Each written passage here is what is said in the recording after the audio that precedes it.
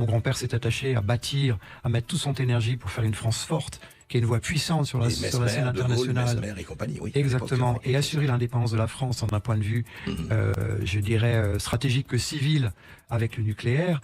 Ils ont détruit l'œuvre de mon grand-père. Où est la France que mon grand-père a essayé de bâtir? Où est cette France forte, indépendante, stratégiquement, civilement, avec ses grands programmes?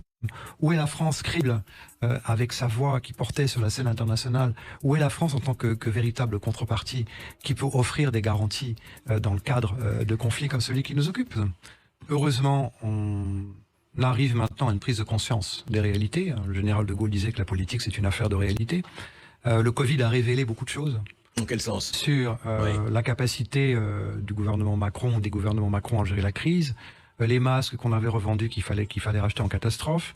Je ne vois pas de vaccin efficace, encore moins de vaccin français, alors que le président a dit que le vaccin est efficace à 95%. Je n'arrive pas à comprendre comment, au bout de 15 doses, on puisse attraper de nouveau le Covid. Alors c'est vrai que ça protège sans doute des cas graves et que ça permet effectivement de limiter la mortalité. Encore que oui. Mais on a l'impression, au fil des confinements successifs, des vagues, que l'on gère en situation d'urgence, qu'il n'y a aucune anticipation, aucune véritable stratégie.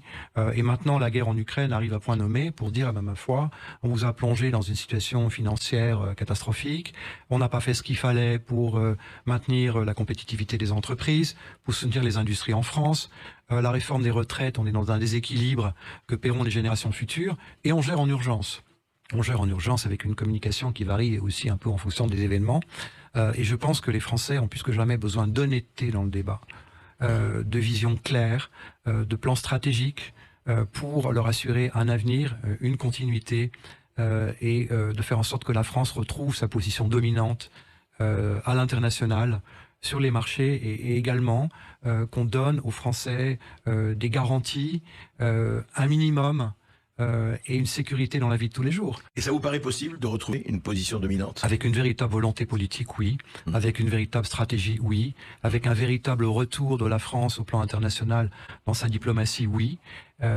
C'est une question de volonté. On demandait à mon grand-père, on m'a demandé, pardon, lors d'une intervention précédente, qu'est-ce qui donnait à mon grand-père cette liberté? Et ben, cette liberté, c'était d'abord la légitimité.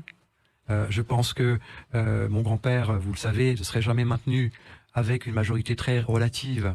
Il n'aurait pas fait de cohabitation aux élections législatives de l'année dernière. Ouais. Donc il avait, c'est vrai, une légitimité naturelle, mais aussi la question de la légitimité du peuple pour lui était totalement indiscutable. Et ensuite, ce qui lui donnait cette liberté, c'était la conviction, une vision claire et une stratégie. Quelle est la réalité d'aujourd'hui? C'est que malgré l'argent qu'on dépense à tout va, il faut savoir que la dette française a augmenté de presque 50%. Sur la période 3 000 milliards, on est